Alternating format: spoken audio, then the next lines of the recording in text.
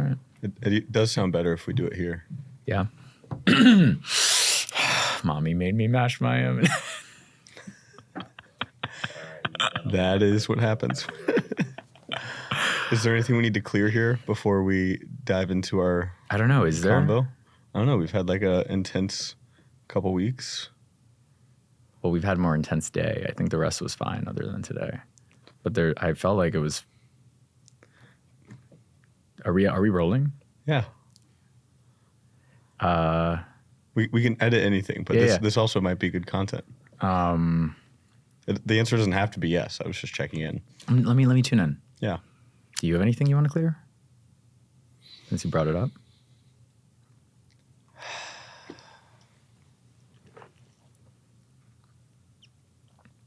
I think so. Lay it on me. So one of the things that we've been talking about the last couple of weeks is this idea of finally allowing ourselves to have a life and not just to only be optimizing for like, what does the business need while putting our own needs on the back burner. Mm-hmm. And I think that's hard to transition into.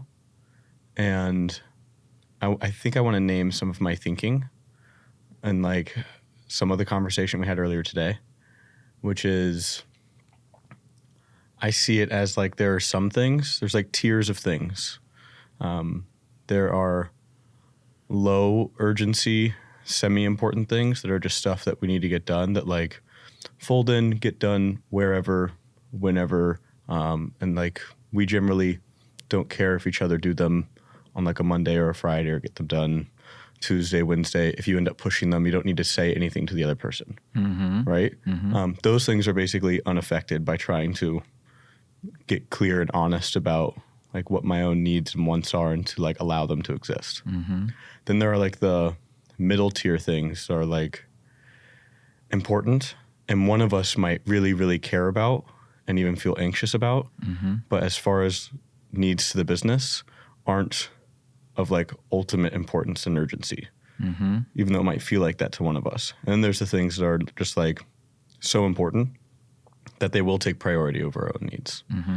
Like for me, I saw flying to San Francisco and going to meet Brian. Like I saw that as a high priority thing. You kind of saw it as more as like a middle priority thing. And it was one of those things on like the edge where I was like, okay, fuck it. I'll go to San Francisco. And I'm aware that those days sucked for me because I had 21 hours of travel. So I put like some of my needs on the back burner.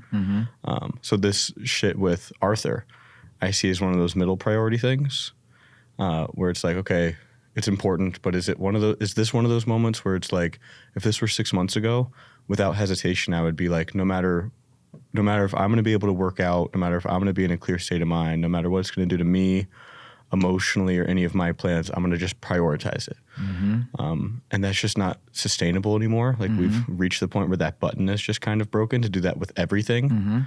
And I noticed that in those conversations, I can feel your anxiousness and frustration and disappointment. And I feel like there are like these three things that I notice in the interaction where it's like, here's my needs and what like I feel like my boundaries are that I'm trying to navigate, me analyzing the business and what it needs, and like what's going on for you emotionally. And I want to name that in those moments, I am basically choosing not to attune with or attend to you because I can't do all three at the same time. Thank you. Thanks for laying that out. For Brian and Ellie and Arthur, if you're listening, we really did want to see you. we don't have to use this. Yeah, that's totally valid. If I'm being really honest, I take a lot of my cues from you. And so when you're like, fundraising is the most important thing, and when anytime we have anything like that, I internalize that. Yeah. And then I let that be my operating system and directive. And then I have a lag in terms of coming out of that energy. Yeah. As you noticed when we were in our first customer pipeline sprint. Yeah. So I'm still holding on to this vestige of fundraising urgency, do or die. Yeah. And then when anything comes on the table around that, I'm almost doing it in a way that's performative for you to feel like I am holding that. Yeah. Yeah, and I think this is now our time of transition, of like probably when it gets to fundraising and when it gets to random sprints with customers and product stuff, something that's going to turn on where we're going to become characters of ourselves. We're going to be like the hardworking entrepreneurs that just fucking grind character versions of ourselves. Where like some of that's probably going to come out. Where I'm going to be like over intense and I'm going to like tell myself I need to push all my needs down and just grind really hard, and then you're going to match that, and some of that performative stuff is going to go on. And I think now we're kind of navigating in this space for the first time. We're actually allowing ourselves to kind of transition to a different way of operating. So I think like our earlier conversation is just one of those friction points. We're probably going to have others as we're kind of transitioning to the like operating system for what the business is now becoming. So worth just naming. Yeah, it's worth naming. And it also speaks to about 3 months ago, we had a similar conversation where I was showing up in a relatively rigid way around how I thought certain things needed to go. And we had a clearing conversation around that. And then what needed to get done became really clear to us. Yeah. It was really evident. And I feel like we did a little bit of that on Sunday and we touched on that last week. But since you've gotten back, we haven't created an expansive space for us to really attune to not just what we need, but what does the business need? And then everything else can be secondary or tertiary to that. Yeah. So it's actually, I think, a really good sign when there's certain frictions coming up that are pointing to ways that we are not in alignment. Because that can be a visceral emotional cue by which we can realize that there's something off, not just in how we're relating, but actually around how we're strategically aligned. Definitely. Yeah. And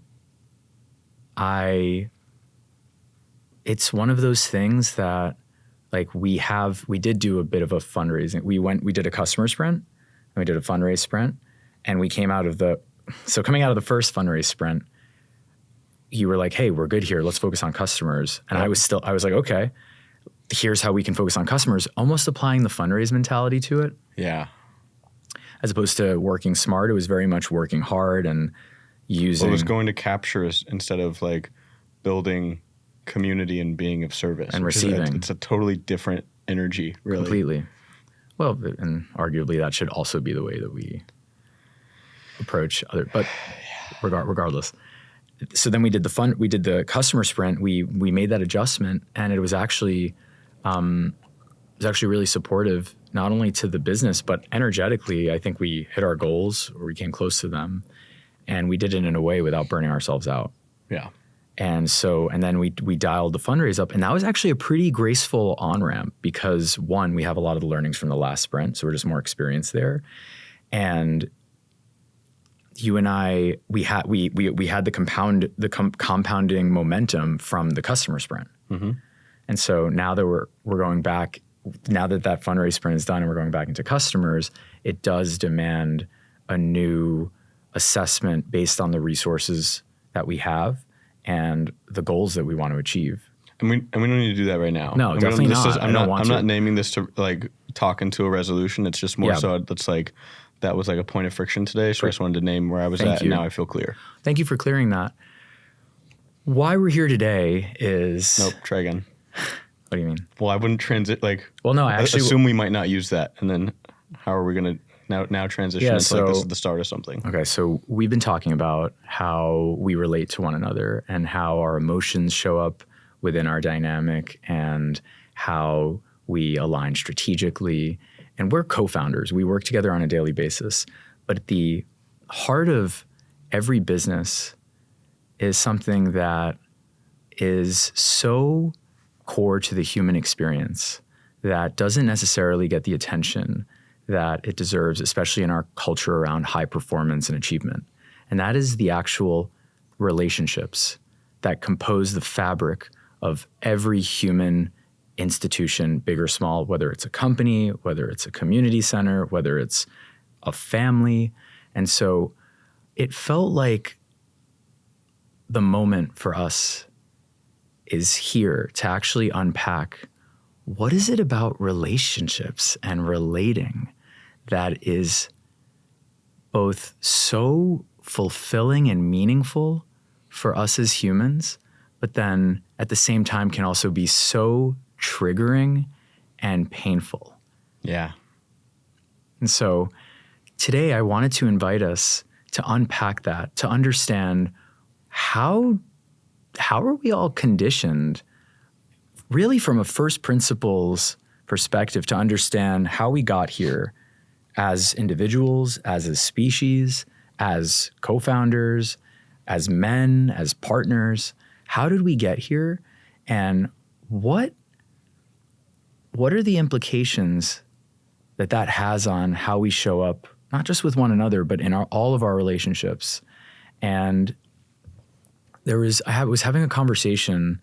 So actually, before you say that, I just want to add in some underlining about the importance of us diving in and talking about relationships. Yeah.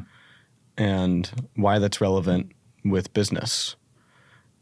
Because ultimately, all that a business is a vehicle for creating, transforming, and transferring value between one group of people to another. And within the group of people, creating and transferring the value from them to whoever their customers or users or consumers are, the collection of what's happening within a business is communication and collaboration of people, which happens within relationships.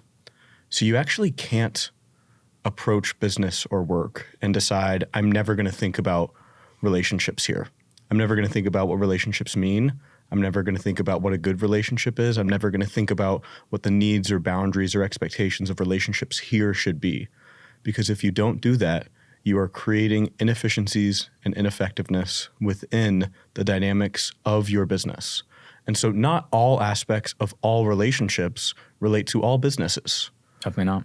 Right? There are different kinds of relationships we have as humans. And every layer of understanding that we can unlock for ourselves about who we are as humans, who we are as individuals, and how and why we relate certain ways as humans and as individuals within our own lives gives us greater capacity for navigating through any realm of life in which we interact with other humans, especially business.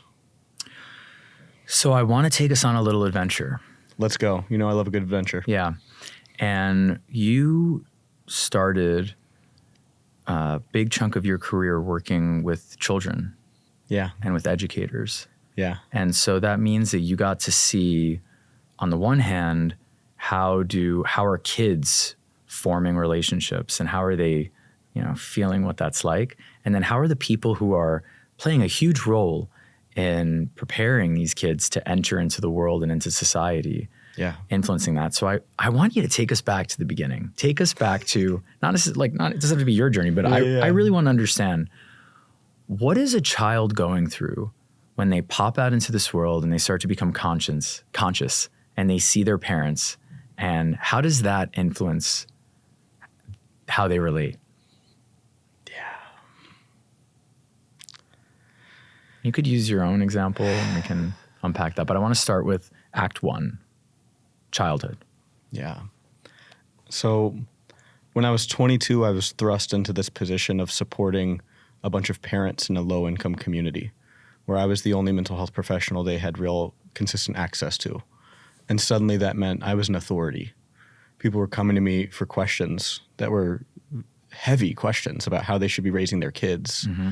And I knew some stuff because I had tenaciously been chasing down understandings about how humans are wired in psychology and behavior science. I got a master's degree. I had been obsessed with this shit for years. And yet I had never been a parent. Mm-hmm.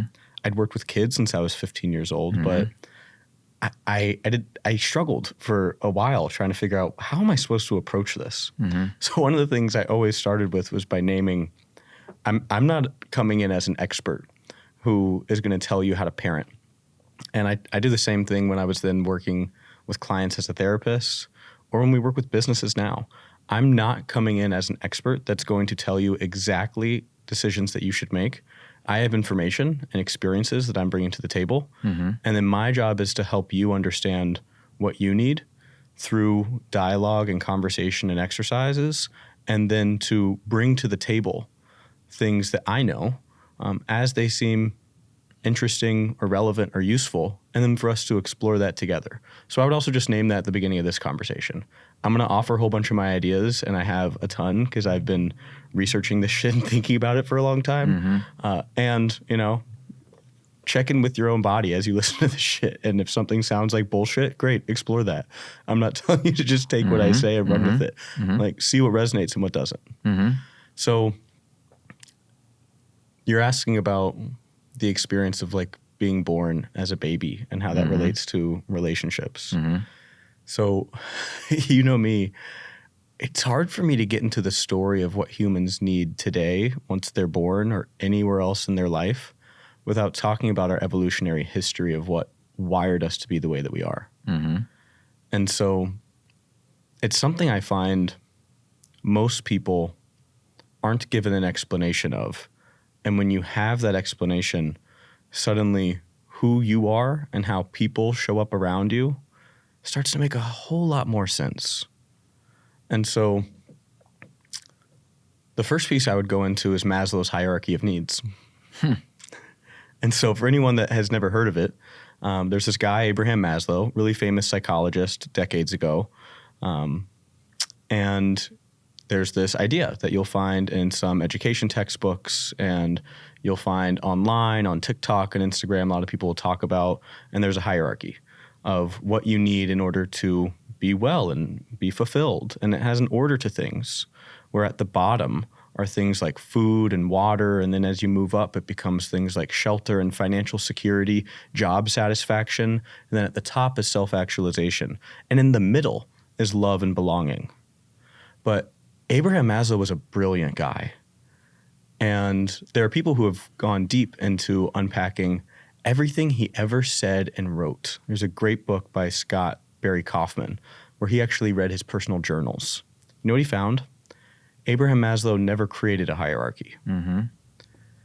That was a few people after he died who tried to make his work a little bit more palatable and understandable. It's like what they did with Jesus.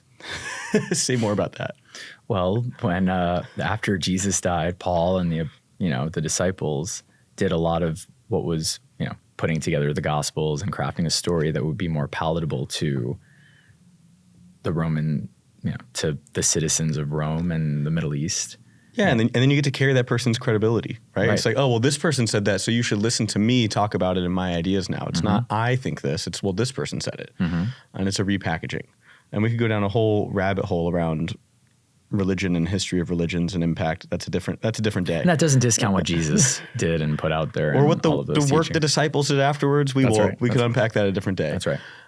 But the point there is that Maslow's hierarchy is wrong.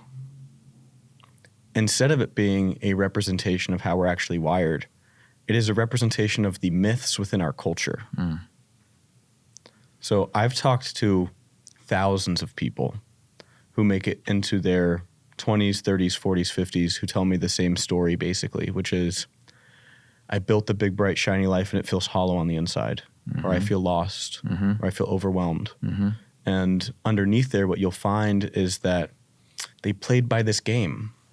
And the game that they played by was the map that is rooted in the same ideas that created that Maslow's hierarchy, which is my job is to go out and get good grades and then prove myself and follow the rules and get enough money. And then I can allow myself to think about love and belonging. And yet when you really look at humans and how we're wired, our deepest need is love and belonging. It's our base code that makes us who we are as a species. It's how we evolved. In tribes, hunter-gatherer nomads relying on one another. Otherwise, we would not have been able to survive, let alone multiply and come to dominate the planet. We're not the biggest, fastest, strongest. It's our ability to utilize language to collaborate. And so that's why when you take a baby and you put them down and you walk away, they're going to cry. no matter what big dangers are nearby, because that child's nervous system yearns for connection. And so there's a term that I use that you've heard before, is the relational regulation matrix. So we all have an identity, and your identity exists in your mind and is connected to your nervous system, and you really can't separate it from all of the experiences that you've had within your life that we're all connected to and shaped by all of the relationships that we go through within our life. And so I sort of think about it as this like tapestry of the multidimensional multiverse, which is I exist as a segment within a matrix, which is what a matrix is. It's lines and segments. And so when we can accept that we don't actually ever exist as a fully independent individual, that we are unique and yet we are connected to others, it can kind of shift the way that we think about our life. And then you can start to ask, well, what am I most shaped by? What most supports who I think that I am? And if you dig into that question, what you'll find is I'll actually have people draw it out in circles, where at the center is your core. These are like your core people. So when a baby comes into the world, their primary caregiver becomes their attachment figure. And so this is research that has been done for the last few decades, all of the attachment research. And it came from first really like studying animals. There's this really horrifying study you can still find YouTube videos about, but they took these monkeys and they gave them like wire and cloth mothers. And these baby monkeys so desperately yearned for connection that they would take that wire and cloth mother and try to turn it into this caregiving creature to try to give themselves oxytocin, because they so desperately needed it.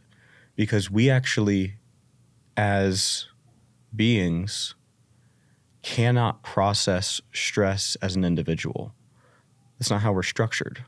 There's the idea of homeostasis, which is like stability as a biological instrument.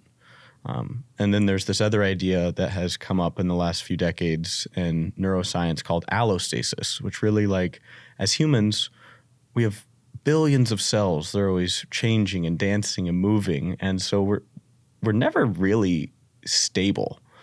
We have stability through movement, which is allostasis. And when I talked with Sue Carter, Dr. Sue Carter, I don't know, like a year ago, who's one of the earliest oxytocin researchers. She's married to Dr. Stephen Porges. And she said allostasis is bullshit. It's sociostasis. That we process and regulate stress within our bodies by relying on other bodies. So even just perceived access to another person. And so from the moment that we are born, we carry with us our relational regulation matrix, and it is being shaped throughout our life. And the structure of that relational regulation matrix impacts and influences the shape of our identity and our experience of reality. And the quality of those relationships changes our capacity for regulating stress, and so changes our experience of life. So I want to highlight one of the things that you said, which is that we come into this world and most of us walk around thinking that we're a separate, isolated individual that has a distinct boundary from others and from the world. And I was going to ask you, what are some of the distortions that we believe or buy into that in turn pull us away from this truth or this knowing that we're actually all super connected? And what you're saying is that at the base layer, when we start to see ourselves as separate, we're actually living in a way that's not true. Yes, exactly. So I don't think it's a bucket of distortions. I think they all root into one key distortion, which is I am not worthy of the love and belonging that I yearn for. And so I have to say that again. I am not worthy of the love and belonging that I yearn for.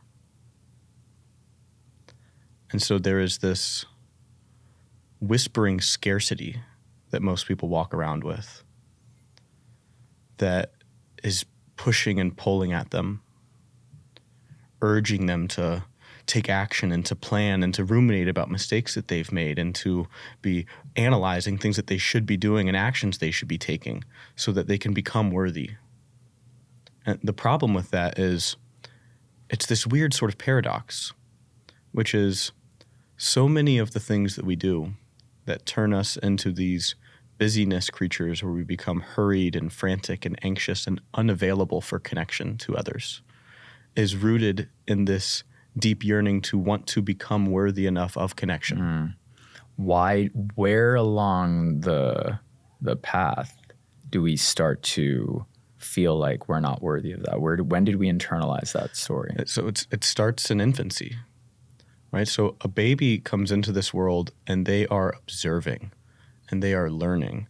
And the primary way that they learn is through their nervous system interactions. And so a baby comes into this world and they are doing a few things. One is their mind is playing this like coherence game where it is absorbing everything that's going on and it's starting to sort of organize it. And for a while the baby's on this planet, they actually don't experience themselves to be separate from their parents. Mm-hmm. That for an infant up to a certain age, they're in their mother's arms. If you put something on the mother's face, they will actually wipe their own face because they experience the connection to be so deep.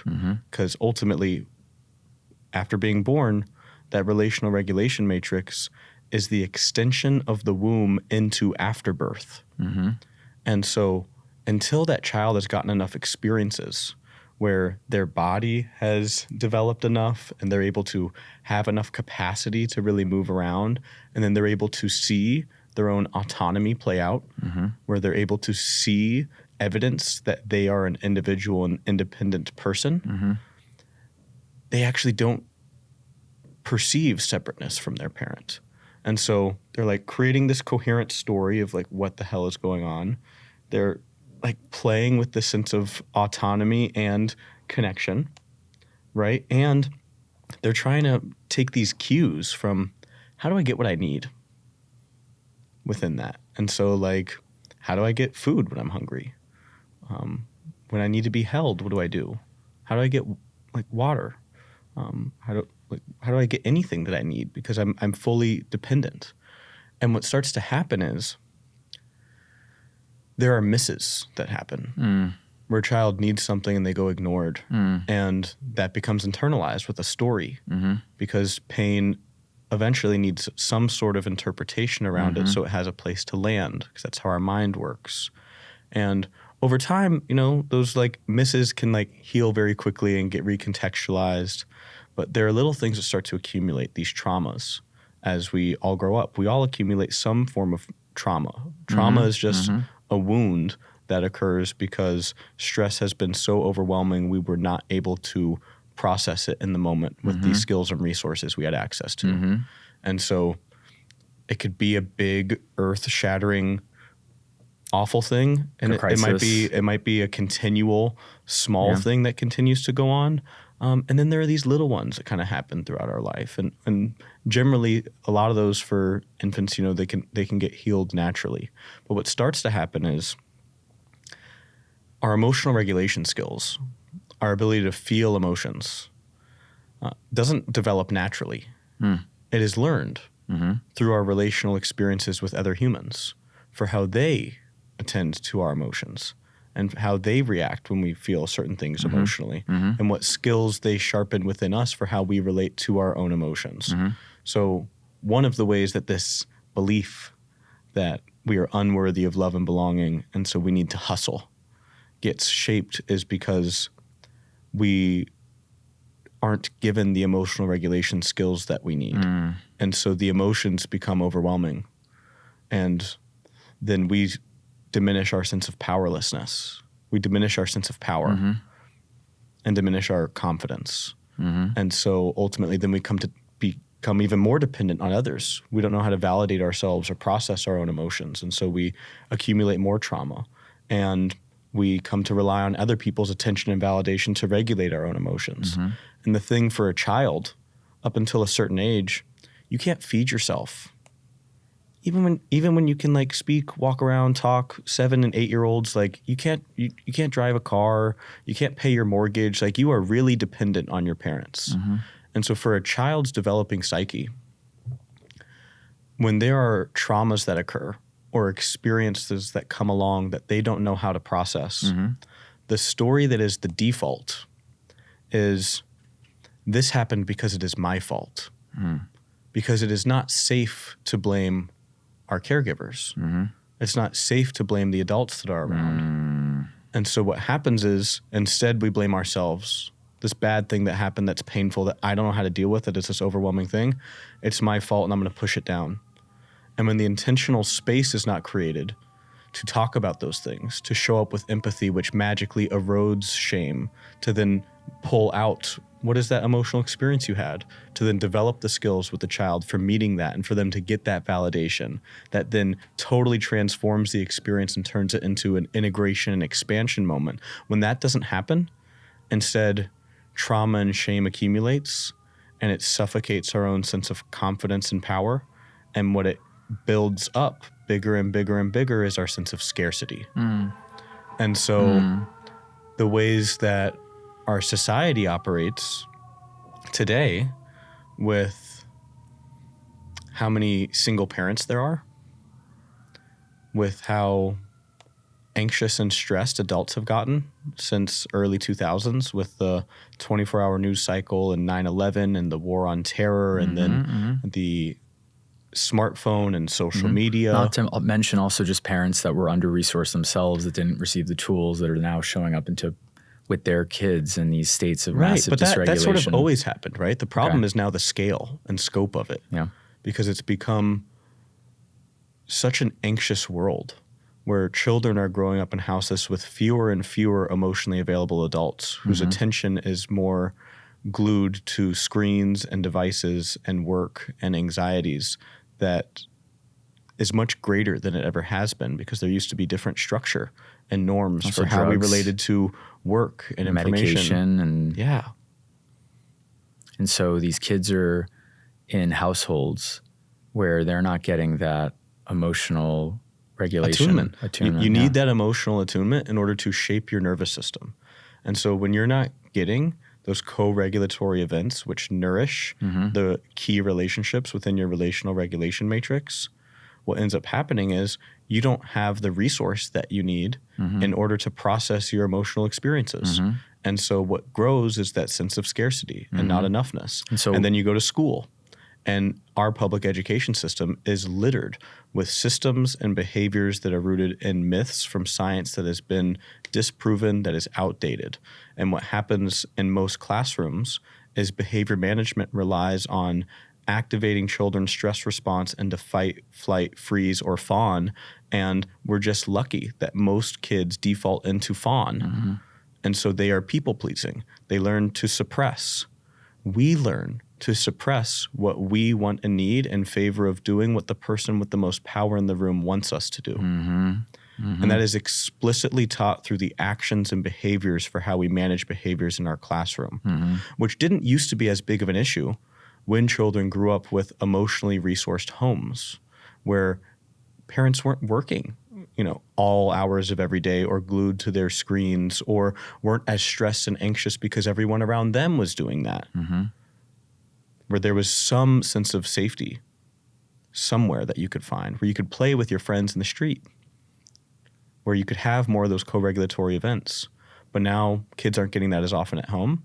You're not getting that as often at school.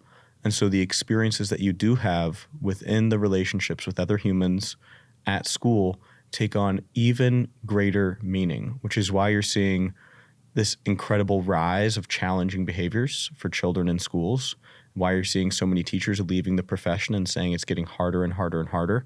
It's why for the last 2 decades, when Gallup puts out a poll and asks for highest stress level across all occupational groups, public school teachers are right next to nurses as the top most stressed profession because our children are not getting the resources and support that they need to develop the stress regulation capacities within themselves. So what ends up happening? You get an entire generation of people that are walking around with overwhelm and trauma and anxiety. An entire generation. Yeah. What Jonathan Haidt would call the anxious generation in his latest book. Which generation? Where did that start? The point I start this sort of like crucible of a story at is really it's some of the millennials and Gen Z.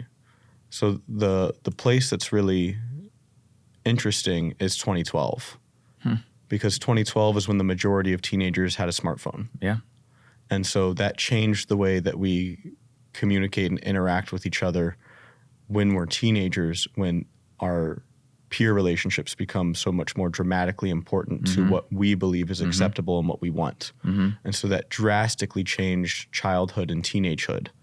And it drastically changed the way that adults consume information and structure their days in relation to work and news. And so like this eroding sense of safety, the fact that violent crimes through the last 2.5 decades have really gone down, but anxiousness and fear about violent crime continue to climb up. And it's because of the way that the smartphone has changed the ways that we live. And so that's the really relevant and interesting point. I do think that there is also impact for millennials that is distinct from Gen X, because you also had the 24-hour news cycle with the television. We had this point where over 80% of Americans had a television in their home through the 80s. And so anyone that's a millennial, you were still born with like the birth of the 24-hour news cycle that came in the 90s and the internet, which really started to drastically change our economy and exacerbated residential mobility, meaning people were moving more frequently and becoming less connected to their neighborhoods and communities. And so like destabilizing a sense of physical community really started to happen with the millennials. And then this like weird anxious consuming of news started to come along with millennials. And you had some self-esteem misunderstandings that happened with some child rearing approaches that happened with millennials. And then for Gen Z in 2012, we saw this huge impact with social media and smartphones. So I'm really curious, before we launch into maybe young or even, what we would start to consider adulthood, what is the difference between the child that was in a secure household or felt a secure sense of attachment in their household versus the one who didn't? And also, what about the kid that was in a really tough spot that actually was able to develop healthier ways of relating and coping with their stress? So that's the really interesting one to start with, because it explains the differences with the others. So Dr. Bruce Perry, really fascinating psychologist, has done a lot of really amazing work with trauma. And I'm trying to remember I don't remember which of his books it was, but I inhaled one of his books when I was in grad school, and then I went deep down this like research rabbit hole because it was really odd to me. So when I went through undergrad and I was learning about psychology and philosophy, I really learned about what I would call like mindset and insight stuff. Okay. Thinking like the Pretty way, heady. Yeah, like the way that you shape your thoughts shapes your emotional experiences. And so like you do enough thinking and like you're going to be an awesome human that's going to live a really fulfilling life. Right? And so like really if you experience a bunch of trauma, you just need to think about it differently and you'll be able to climb your way out, and that's the real difference maker. But what the research suggests is there is one variable that is the greatest predictor of resilience in the face of trauma throughout life for a child.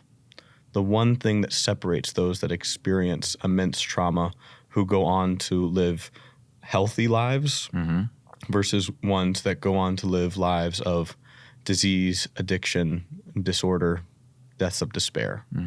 The one predictor is, did they have one high-quality, trusting relationship that was consistent in their life?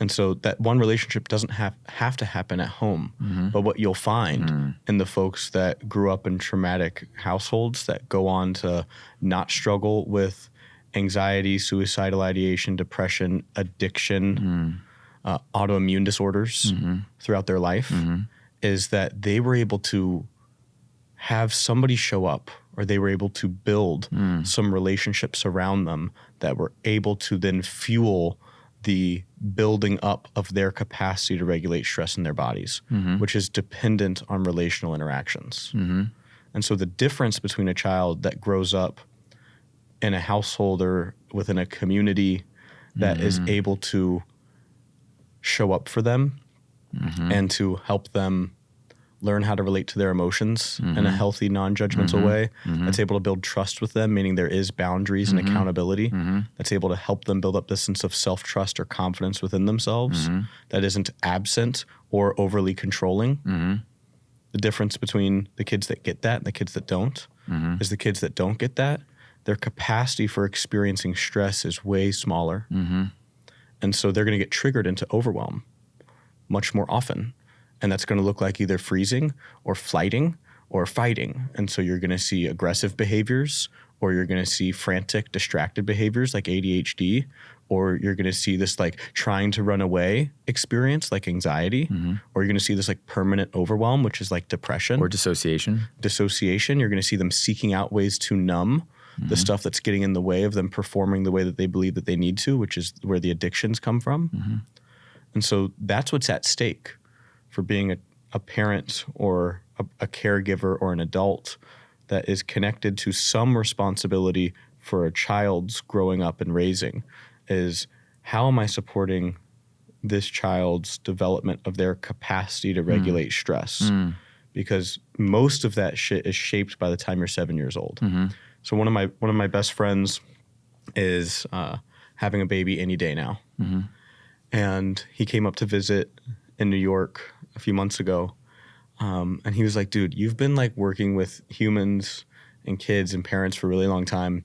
Can you give me like one like of your best pieces of parenting advice? And we were at our other friend's house, and he had this carton of eggs in his hand. I was like, give me that carton of eggs. And like we happened to be walking in the street. So I was like, I'm taking this with me. And he was like, okay. And so as we're walking in the street, I was like, I've got a few eggs here, right? And I was like, hold out your hand. Awesome. And now move your hand. Great. And then I dropped the egg and it fell. I was like, one way that you can let down your child is by not being there enough, by abandoning them. And then what will happen is there will be breaks. Another way is hold out your hand, squeeze this egg as hard as you can, is you try to control it too much. And that can look like anxiety. It can look like domination. It can look like aggression. Same thing. Same outcome. Right? Yeah. That ultimately it's like, oh, look, it's still broken. And now hold out your hand again. I placed the egg there. And now you've got to walk with it. And it's terrifying because you don't get to clutch it. It might kind of fall over. And you know what the difference maker is? It's actually how you show up. And you can't control. Maybe a bird's going to come by and swoop it out of your hand. Maybe someone is going to like attack you, and it's going to like, there's some awful things that could happen, but you gripping and trying tightly to hold on to it the entire time is going to end up in fracture anyway. The best that you can do is try to show up as the most confident, caring, consistent version of yourself that can support that egg so that it can be in your hand and so that it can then learn how to grow and develop on its own with your support. And so ultimately, like, that's healthy, attuned, supportive parenting. And when someone doesn't get the support that they need to, either because they grew up in a place that felt like it was clutching them, or they grew up in a place that felt like they were totally abandoned, then their capacity for actually experiencing difficult things, for learning, growing, changing, expressing their truth, all get wildly diminished. And so the magic of relationships is that at any moment throughout our lives, relationships with other humans invite this opportunity for us to heal the walls we have created within ourselves to stuff down our own traumas, which then diminishes our capacity to experience stress. And stress is just this. Like I'm stressing this table by just pressing into it. Stress is just a demand for attention or an invitation for attention. It's just an impact. And so it's neither good nor bad, you know? So like if I walk outside and a car is coming by, I hope I get stressed so I jump out of the way. And if I'm walking on the sidewalk with somebody that I love and they reach out and touch my hand, that's a stress on my body. It's not necessarily a good or a bad stress. In that case, probably a good stress. I'm like glad they're touching my hand. And so that means when our capacity for regulating, you could say even regulating energy, when my capacity for regulating stress or energy gets wildly diminished, my life gets smaller. And so my life is less fulfilling. It's less bright. It feels more rigid. Less things seem possible. And the power of relationships is every single human interaction carries this opportunity to create either expansion or diminishment of a person's capacity. Because every single interaction is supporting a story about that person's perception of reality and their experience of themselves. And so if I show up in a way that is empathetic, empathy magically erodes shame, because shame is the belief that I am inherently unlovable. And if somebody saw these things about me, they would not care about me. And so when I communicate care for you, I disprove shame instantly, and it erodes. And shame is what locks our traumas in place. And so now you have the opportunity to touch some aspects within yourself that you can integrate, that you can experience, that you can feel. And then that expands your platform for other things that you can experience. And so now your life can get bigger. It can get brighter. It can get more fulfilling. And it doesn't matter what kind of relationship it is. That's the capacity every human being carries, the radical opportunity to transform somebody's perception of what their relation is to other humans, of what their worth is to other humans on this planet. Is through empathy. It's through empathy, through showing up, giving somebody care through your presence. I really relate to what you shared around how resilience is cultivated by having consistent people that you can rely on to be there for you and with you. Growing up, I was in I had a really unique childhood where my needs could not have always been met because my mom was taking care of my dad, and, you know, nobody had given her the skills necessarily. She was, you know, relatively, you know, she did what she had to do.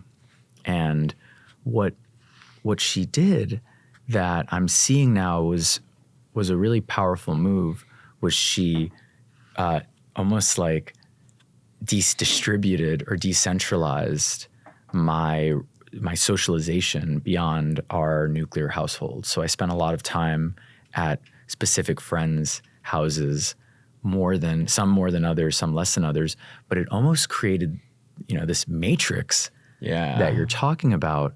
And what was really unique about that situation was that me as a guest in someone else's home forced those parents to be more aware of how they were relating to me in front of their kids, because we all know that when there's a guest, we all become more aware of how we're showing up. Sure.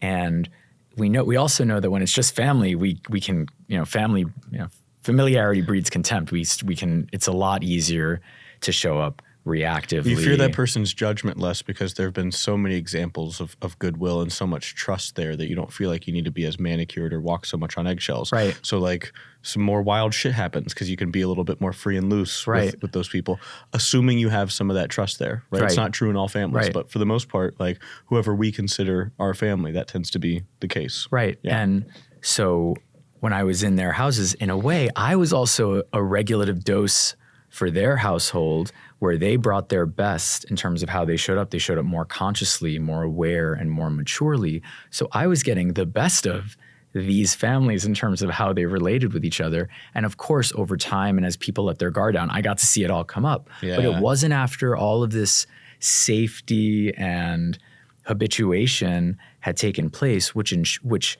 if you now distribute that, it's not just that one person that you named. I had dozens of people that would show up consistently around me. And because they weren't my parents, there was this neutralizing of a lot of that volatility that you would get in a nuclear household. It makes a ton of sense. Oh yeah. And it probably helped you survive. 100%. 100%. It not only helped me survive, it not only helped me develop this level of resilience, but it actually created an anti-fragility because it exposed me to so many different situations that when I would find myself in other environments that would be even foreign to what my friends would experience, I had so many different experiences to be able to pull from that allowed me to show up to those bright-eyed and open. And can I ask you a hard question? Of course. How would you name the wound that got created within you from your mom being busy and your dad being sick, and ultimately, although you had that distribution of care, the core relationship of your core primary caregiver not being available and consistently able to pour on the love that I'm sure as a kid you yearned for? Well, the thing is that because my dad was sick, he was always there. Yeah. He was always home. He was always asking, how was your day? How was your test? How is this? How is that? And he always wanted to hear it. So I got this constant drip of attention from my dad. But because it wasn't this healthy, vigorous man, I would, and also it was my dad. So I would just get annoyed. I'd be like, I don't want to talk about how my day was and how that was. So I actually got a lot of consistency there. My mom was also really attuned to me because she really cared. She really cared about my development. So it's not like I didn't necessarily have that.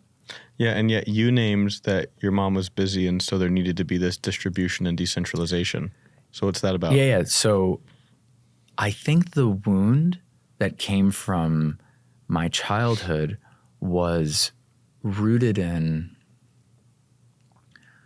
the fact that I didn't feel like I felt like I was missing something that other normal kids got. Yeah, where did that come from? Well, how do you think that got shaped? Because I was socialized, I got to see other kids. And your house didn't look like theirs. My house didn't look like theirs, playing sports with their dad. I didn't have that.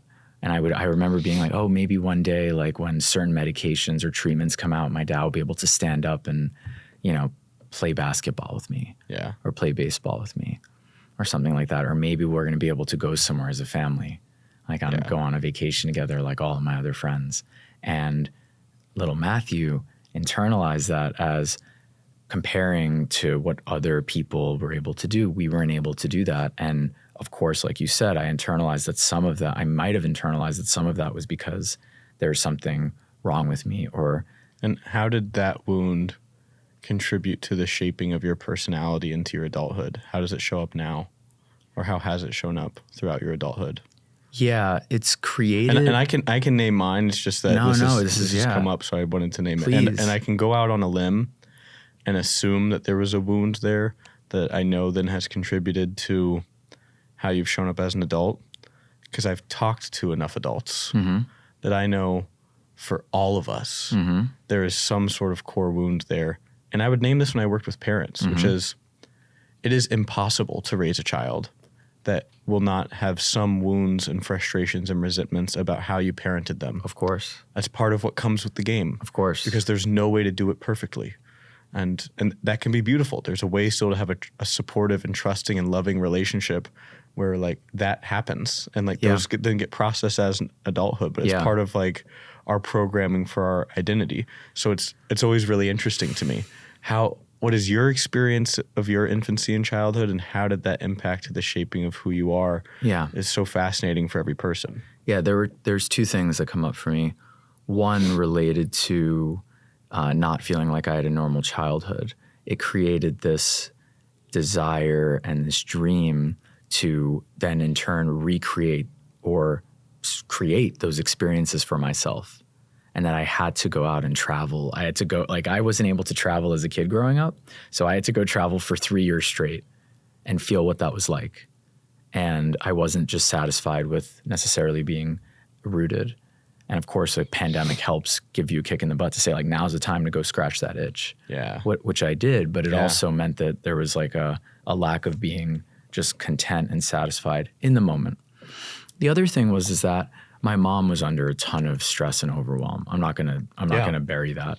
Like, so what she was dealing with in terms of taking care of my dad and devoting so much of her attention and that busyness, as we're saying, it's not just busyness, the emotional and regulatory toll that had on her nervous system. It's a huge tax on someone's nervous system to then impact their emotional capacity. Yeah. That ultimately, like, you've got to expend a ton of emotional capacity to be a caregiver for somebody. 100%.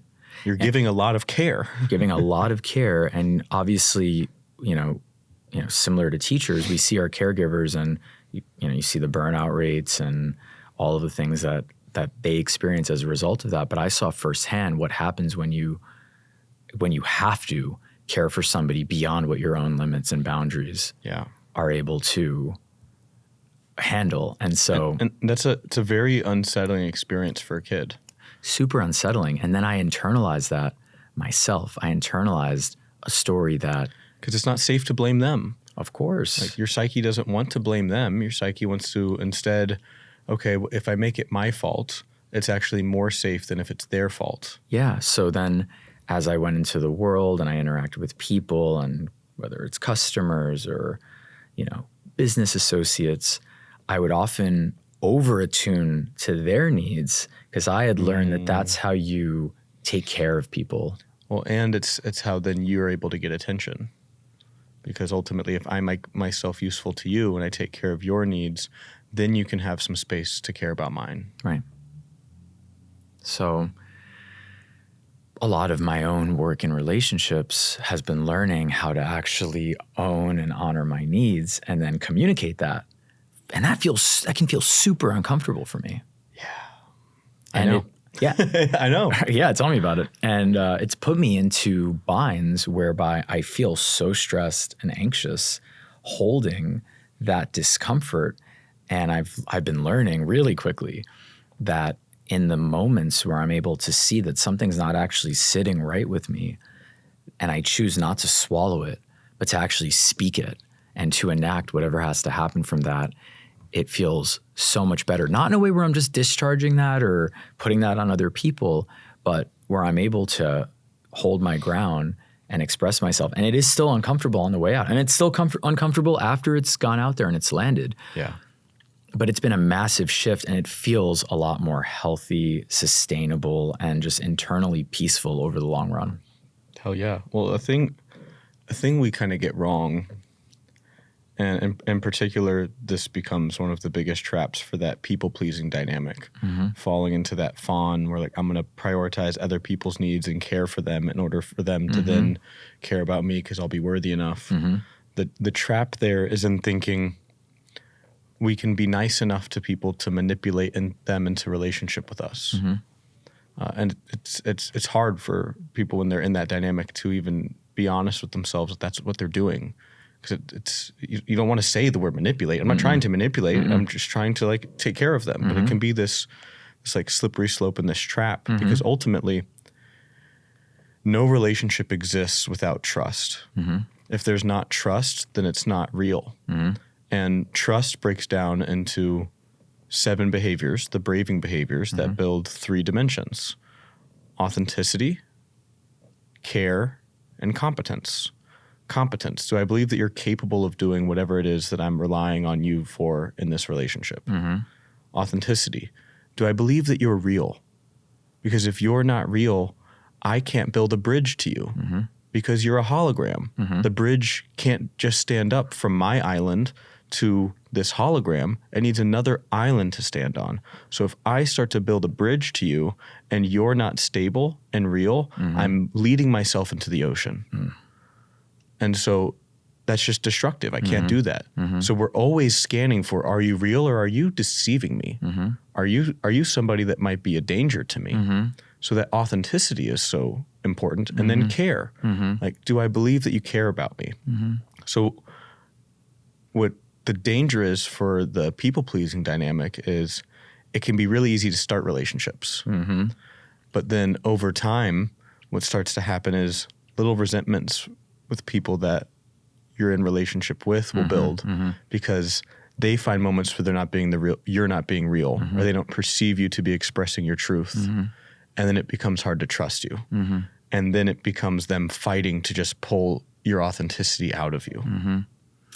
And it's funny because for me, my wiring is the exact opposite. Wait, I want to name something. Yeah.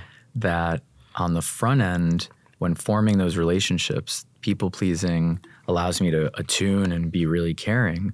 But the closer I get to intimacy, I go into a flight response. Yeah. I'm like, get me out of here, because I grew up in a household, in a context where caregiving was so overwhelming at times that little Mathew shows up and is like, I can't even go there. It can feel like way too much. Too vulnerable. Too vulnerable. Because it's ultimately, you don't have control then. At least when it's an early relationship and you're like expressing a bunch of care, you're in the full driver's seat of the relationship because you're the one creating this like empathy and care and doing things for them, so they're being more vulnerable. And so now it's like you actually have full control over how much vulnerability is happening, and you can just match theirs. But then once it gets deep enough, it's like, holy shit, I've got no control of this thing. I could get rejected, I could get abandoned, I can get judged. Fuck, this feels raw. So that's how it impacted me growing up. I'm curious what you're about to say. About what? About how, like what you were noticing about yourself, or what you've recognized about yourself in terms of your wiring. So like I have the exact opposite wiring of the people pleasing. So it's like we either get into like the people pleasing structure, or we get into like the frozen structure where it's like we just get totally immobilized. Or there's the fighter structure, right? And so I was the fighter. I just always was, because I just always experienced a bunch of intensity, and I never felt care and safety from another adult. And despite having awesome parents, my mom was a preschool teacher and preschool director. My dad was like a summer camp counselor, and then director, and then like community center person who would train staff on how to relate with kids. Like they got more training than a lot of folks, and they were decently well-resourced. And my dad had to work a lot. And my mom was born to parents that were 16 and were addicts. And so she learned really early on that she had to be hyper vigilant and busy, and she had to take responsibility for a lot of stuff if she wanted to create any order in her life. So her life wouldn't be this mess that was filled with aggressive outbursts and like these shitty dynamics that she didn't want to have. So the way she expressed love was in trying to create order. And so when I would create chaos as a 3, 4, 5, 6-year-old, it would trigger her, and she would be in these explosions where she's not emotionally available for me, where then ultimately she's just shaming me for me being in such disorder. When really what's happening for myself is I'm experiencing such intensity as a little boy, I have no idea what to do with. And I'm desperately screaming out for somebody to fucking hold me. Somebody to help me hold this intensity. Help me figure out what I'm supposed to do with it. And instead what happened was I was punished over and over and over again. And so what started to happen was, okay, what I learned is that adults see me as separate. I'm different, I don't belong here. I'm the problem. And so I absorbed that story really early on, like 4 or 5 years old. And so what that means is any of your rules that you have for this space, rather than them being signals for how I can belong within this community, they are identifiers to me about who you are. But I don't belong here because I don't trust you. And you have communicated that I am separate from you through how you have treated me with your actions. And so in the absence of connection, we settle for coherence. And so the story I had about myself was that who I am is the problem. I am the troublemaker and the chaos bringer. And so every single one of your rules became pathways for me to do the opposite. So that when I felt intensity and I felt stress, I would break the rules so that I could feel safety, that I could be more connected to my story that I relied on. The only thing that allows us to expand beyond our stories that have been comfortable and rigid and reinforced, to then lean into the vulnerability and uncertainty of not being in control, is to have access to trust and connection. And so I didn't have that. And so I held tightly to my story, which was I'm separate. I am the chaos bringer. I am the troublemaker. And so I didn't trust anybody ever. What that meant was my emotional capacity was super small. I don't remember ever experiencing an emotion other than anger or numbness or like thrill and excitement. Like an excitement that was so intense that I could actually focus and pay attention. So I would like always look for ways to like become a class clown, where I could get a little thrill of attention, where I could get a little dose of people looking at me, and I could get like what I would call like snack size of connection. It's the only thing I knew how to get access to. I didn't know how to actually create connection with people. So I became this like clown, troublemaker, thrill seeker. And that's who I was. And that became ingrained in me. That's how my nervous system then learned. That's how all my needs get met, for how I get any sort of sense of connection, any sense of safety because of coherence.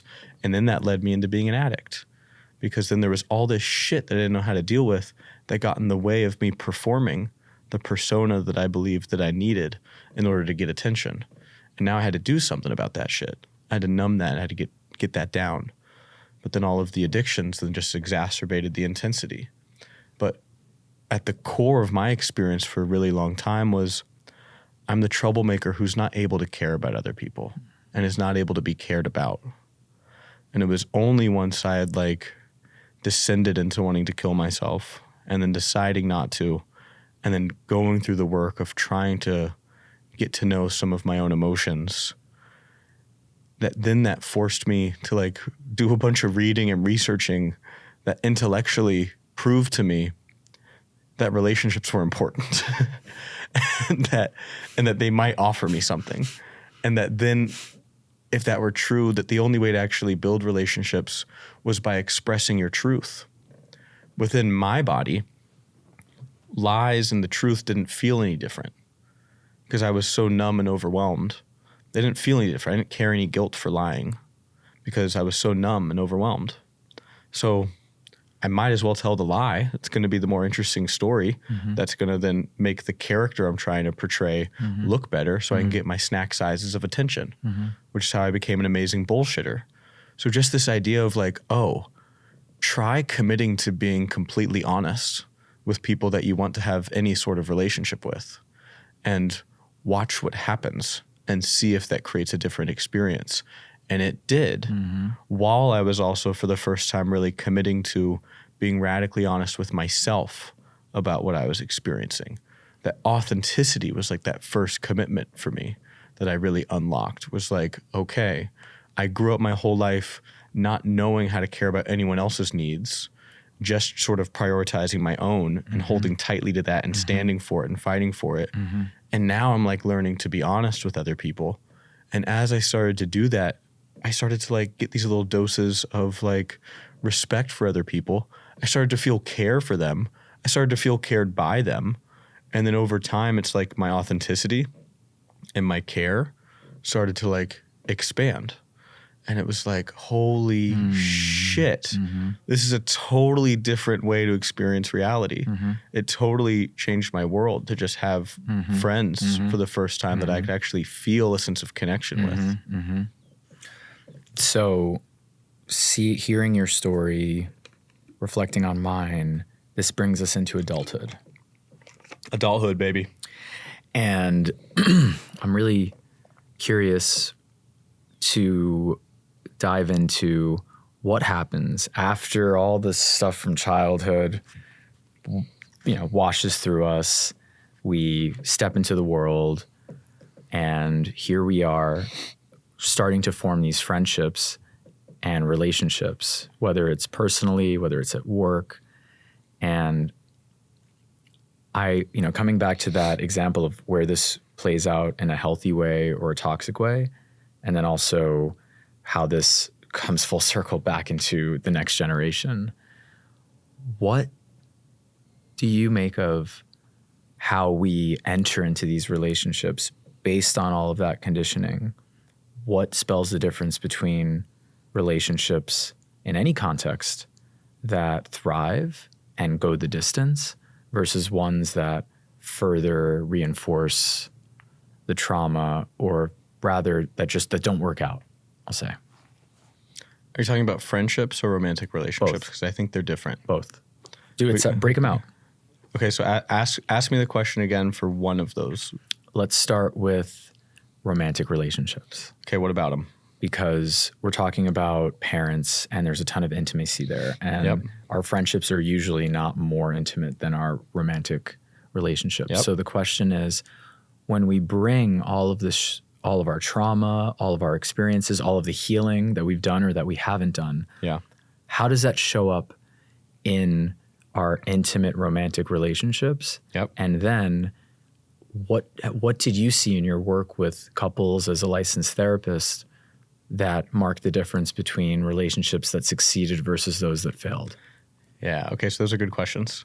So things that we walk into our romantic relationships with: our biology, our lived experiences, and our biographies that we write about those experiences, right? So a layer that's also important to bring into there is our story about what romantic relationships are. And so this is especially true for men. It's true for men and women in different ways, but particularly in this culture, the story that we have around identity for men and masculinity is that you don't talk about your emotions or your emotional needs. It makes you look weak. Very few men are actually told that explicitly, but I've worked with children, and I've known the parents of every single one of those children, and I've seen them in 5th grade hold hands with their guy friends and tell each other they love each other. And by 2nd grade, I can ask them differences between boys and girls, and they will say things like, boys don't talk about their feelings, they don't ask for help. And I know that those kids' parents, and I know that those parents aren't walking around saying, don't you fucking talk about your feelings, you be a man. It's subtle through all of the messaging and stories for how the adults relate with each other, how the adults relate to their kids, and all of the media that we have circling around. And so we all walk in with these stories. And so for men, our romantic relationships become this place that we allow ourselves to bring our emotions. And we make it sort of this only place, and that's dangerous, and it's a problem. What it ends up doing is it makes our partners too responsible for what our needs are.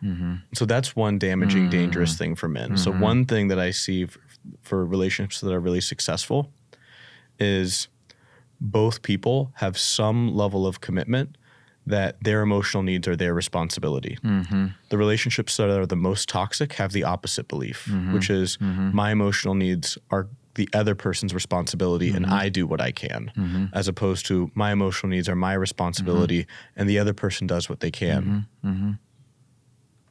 So that's one piece. For women, it becomes different because the story that so many women get is that their job is to be nice and look perfect without looking like they're trying too hard, and to be friendly and warm, particularly to men, because they might hurt you. And so the story that they end up getting is that you're not really as valuable as the men. The thing that's most valuable about you is how attractive you are on the outside. And so your job is to use that, to use your friendliness and to use your attraction to pull people in and to get them to keep you safe. And so that leads to all kinds of challenges and problems because ultimately then that's still a manipulation. You're not able to express your truth, and then it can turn into this weird passive aggressiveness, and it just creates damage because there's not truth. And relationships aren't built on trust. They're made up of trust, but they're built with truth. And so that's the other piece for relationships that really work, is that there is a commitment to expressing and exploring truth together, whether that's made explicitly or not. They might say it like, I get to be my real self here, or like we really care about being honest with each other. But the ones that fail are the ones where somebody is going to their friends constantly or going to their therapist and talking about how they just don't feel like they can be themselves in this relationship. They just don't get me. So the other layer to name is like, when we're talking about success and failure, what are we talking about? And so a successful relationship is not one that lasts until you die. A successful relationship is one that expands who you are. Any relationship that I am in that through that relationship expands my experience of self and reality is a successful relationship, because it pulls more of my truth out of me. And so there's going to need to be trust there. Otherwise, that's not actually going to happen. Right? And that doesn't mean it needs to be for a lifetime. People change throughout our lives. And so sometimes what's meant is actually to like say goodbye or to change the boundaries or agreements of a relationship. Right. And if they're an expansive relationship, you're actually feeling into new parts of yourself, discovering new parts of yourself that ultimately might shift who you are and whether or not that relationship still even serves you or is what you need. Yeah. And the most loving thing might be to say, like, we're actually going to end this container of what this relationship looks like in this way. And it's not because I don't love you. It's not because I don't care about you, but because of the way that both of us are and who we are today and the lives that we want to live.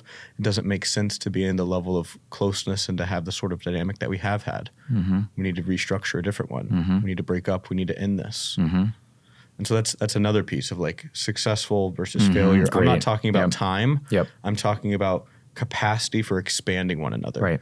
So generally it's a mostly expansive relationship. There's commitment to truth. There is a responsibility of your own emotional experiences. And there's one that I've seen that really like, it was so odd and counterintuitive to me the first time I really came across it. But John and Julie Gottman are these relationship researchers. They're really famous for doing this study where they invite newly married couples into this like studio apartment and then like have these cameras and microphones on and then like track certain behaviors. And the question was, when we followed up with them years later, which relationships like were still healthy and going on and which ones had ended or become toxic, and then the ones that ended like or got toxic, what behaviors did they have in common early on? And the ones that were still going and were healthy, what behaviors did they have in common early on? And the greatest predictor of a healthy and thriving relationship was not how somebody showed up in times where support was needed, where someone was struggling and they needed support. That is important. The greatest indicator was actually, how did that person show up in moments of celebration? Because there is nothing more vulnerable than allowing ourselves to experience joy. And there is nothing more hurtful than wanting to experience joy and have that be acknowledged and to bring that to somebody and for it to be totally shut down or ignored. That creates this wound that ultimately for something to really be expansive and to feel like you can express your truth here, that the relationship is good for your expansion, there needs to be this sense that I can bring my greatest celebrations to you and you can help me celebrate them. You can help me sort of erode my like sense of shame, fear and scarcity and shame about celebrating my own aliveness.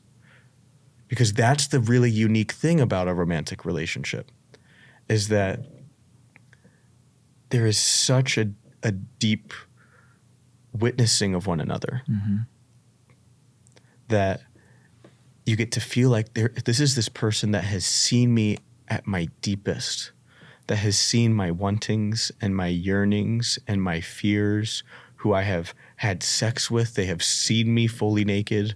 I have been inside of them or they've been inside of me. There is a deep intimacy there that then that person would accept and support and encourage something that I feel lit up about allows me to actually feel okay with holding that thing and wanting that thing.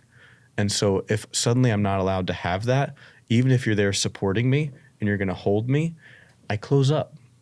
And so even if you're going to support me when I fall, eventually I'm just going to feel like this relationship, I'm either like going to die inside of it and just cripple and get really, really small, or eventually I've just got to break out of it. And so it's counterintuitive. We tend to think like, okay, the most important thing for a relationship is make sure I'm showing up when they need help. And that's important. It's you want to show up when people need help. You want to be helpful. And the thing we don't think often enough about is really catching and looking for the moments that we can celebrate something that the other person really would love to have celebrated. Did they call that something? Is that because I know they have. I'm sure they did. I know they have the 4 horsemen of the apocalypse, right? That ruin relationships. Yeah. So those are the behaviors that the ones that ended really had in common, right? Which is stonewalling. Resentment was the other one. Yep. I used to know these off the top of my head. And when I used to work with couples, I would have them identify and score those within the first session, which is we all have a tendency towards these. And so put them in order for yourself, 1 through 4. And then let's check with your partner. Which one do they think is your top one? Which one do you think is your top one? And let's get really honest about those. And now let's like unpack what are the impacts when you do that behavior? What does it do to the other person? And we don't need to defend ourselves. All we need to do is let's just surface that and name it. That's a dynamic that has been happening. And let's label that is the most damaging action that you can be doing. And it's I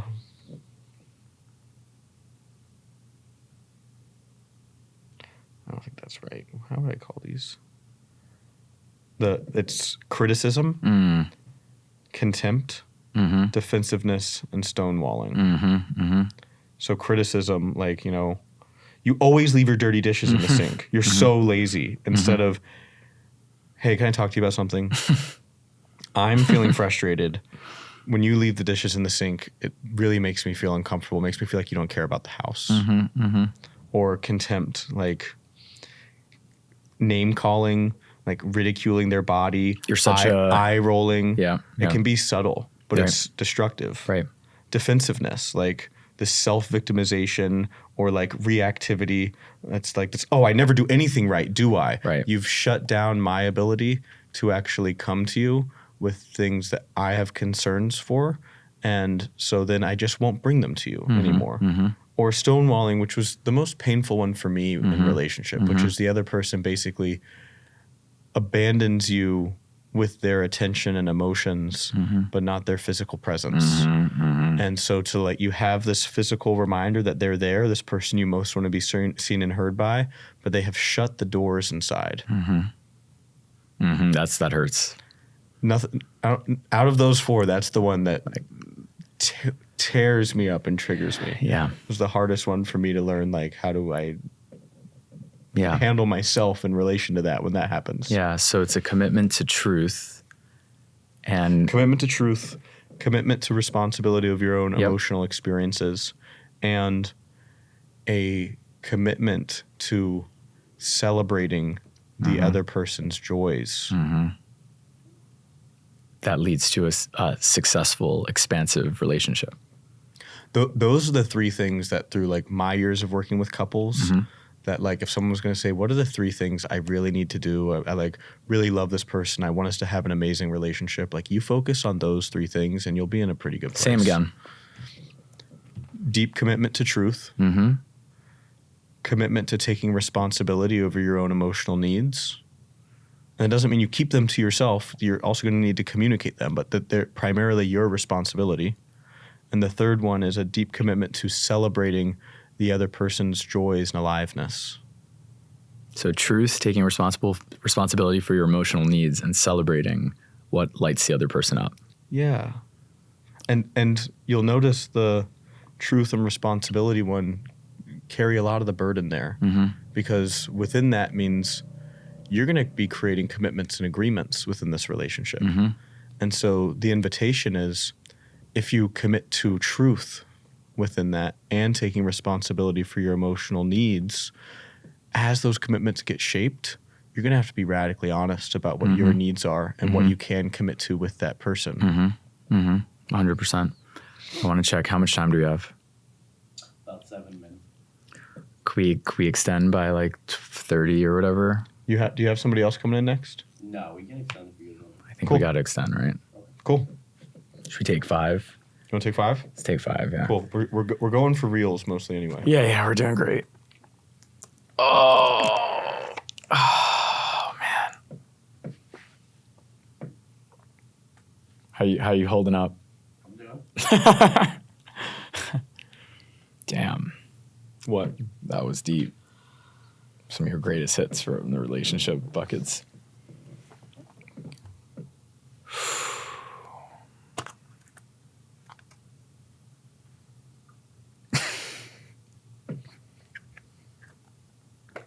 Gotta hit the ends, dude.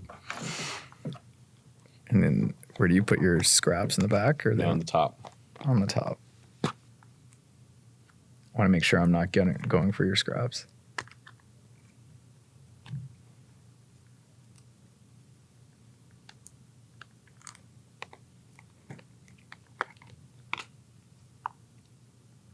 Wait, no. Oh, gross. You found some. That's the scrap part. Yeah, right. It is. No, I put the scrap in there. This is the front. got it. Yeah, I'm like, all right, let's just shake it out a little. Shake it out, man. Oh my God. See if you can turn this into being more. I got the work stuff coming next. Well, and see if you can we can tap it into being even more raw, real, and playful. All right. It doesn't have to be so Aubrey Marcus. It can be a little bit more Shane Gillis. I don't know. Shane Gillis. Theo Vaughn. A little messier and playful. Theo. Oh my God.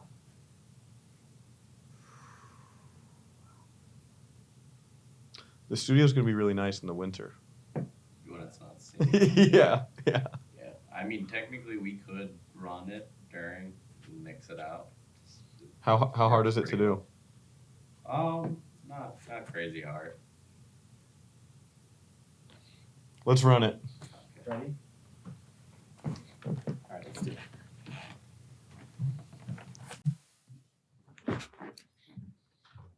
We're gonna turn the fan on for this one. Why not? It won't affect the sound, right? Not really. It's somewhat better sound without it, but Yeah. Chris has got skills, so. What time is it right now? 5:56. All right, let's take it home. All right, so we've unpacked the life cycle from childhood all the way through entering into romantic relationships as a human being living in the 21st century. And so now I want to hit on an area of life that you and I think about and talk about all of the time, which is our actual workplaces. Cool. And it's becoming glaringly obvious to me that a lot of the ways that relationships become successful or fail also apply to our workplaces. I was talking to a manager who works at Google, and he was sharing with me how one of his friends, they went out for brunch, and the entire time she was talking about her toxic manager and how this person just completely consumed her attention. She was miserable as a result of this person. So much so that she basically crossed into the threshold of she stopped caring about her work, and she was like, I'm just going to burn it all down. And so what is it about the way that we work together that all of this relational stuff that we're talking about plays out? We grow up in a culture where we are not taught skills for regulating our own emotional experiences or addressing them and navigating them within relationships, with skills for listening to other people's experiences, expressing our truth or concerns, or navigating through conflict. So what happens to groups of people when they aren't taught those skills? They avoid those challenges. And so what happens is at work, which is reliant on structuring ways of communication and collaboration to get stuff done, to create value for your consumers, customers, users, is over time, we have had managers get into positions that, like most of the people in our society, don't have those skills. And so they rely on power over dynamics rather than power with or power to, which means the only way I can get you to do stuff is to dominate you, because I don't actually have skills for navigating through conflict or have confidence in my ability to actually like acknowledge something you're feeling and then continue to move along forward, or to know how to figure out what you care about and how to connect that to your work. The people that do, the amazing leaders that we look at and we say, holy shit, look at what they're able to accomplish. They have those skills and they're able to make transformative things that are next level, more elite than other people. They're able to harness what we've learned about behavior science and utilize those skills to motivate people to be more creative. You see that in places like Pixar, or you see that in some of the most elite sports teams. Those people utilize those skills, and yet we haven't disseminated that into every workplace because it's scary and it's hard and it's vulnerable. And most workplaces don't even know where to begin to up-level the manager's skills for being able to show up in that way.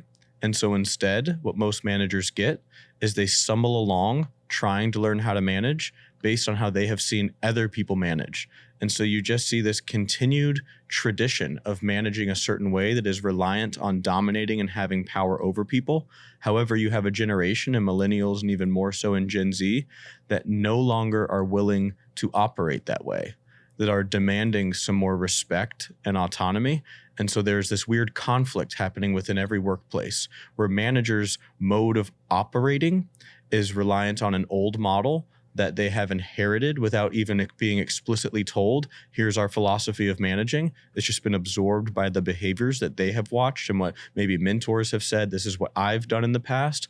But that way of operating does not meet the needs, demands, and desires of the current workforce. And so that's why there's this weird conflict where no one seems to be happy. The managers feel like their job is getting harder and they're frustrated. The workers feel like they don't get the support that they need from managers. And everyone is feeling like, you know what? I don't think I want to be a manager. I don't think I want a job that I have a manager.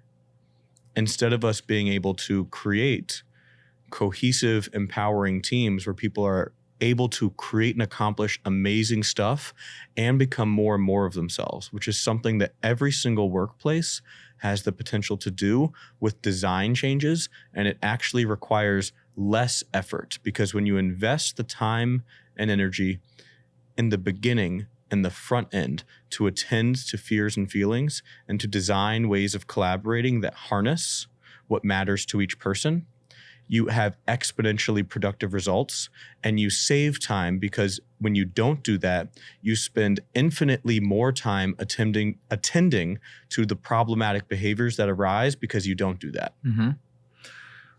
So there's obviously a range of systematic factors on how our workplaces are currently designed, or the lack thereof. That's true. That influence how we work together and collaborate. Yes. Based on our whole conversation around how we show up in intimate relationships and friendships, I'm really curious about how those underlying factors influence how we work. Authenticity and care are what we're looking for from every human that we relate with. The less real you are, the less I believe that you care about me. And the less competent that I believe that you are and whatever I'm relying on you to be, the more distance I'm going to try and create from you. Right? And so at work, we want people to be willing to be vulnerable, because that is the only way that you will take the risks. That is the only way you will lean into learning, where you will make mistakes, where you will communicate when you need help. The things that have to happen when you are in a high-performing team that has to get a bunch of stuff done.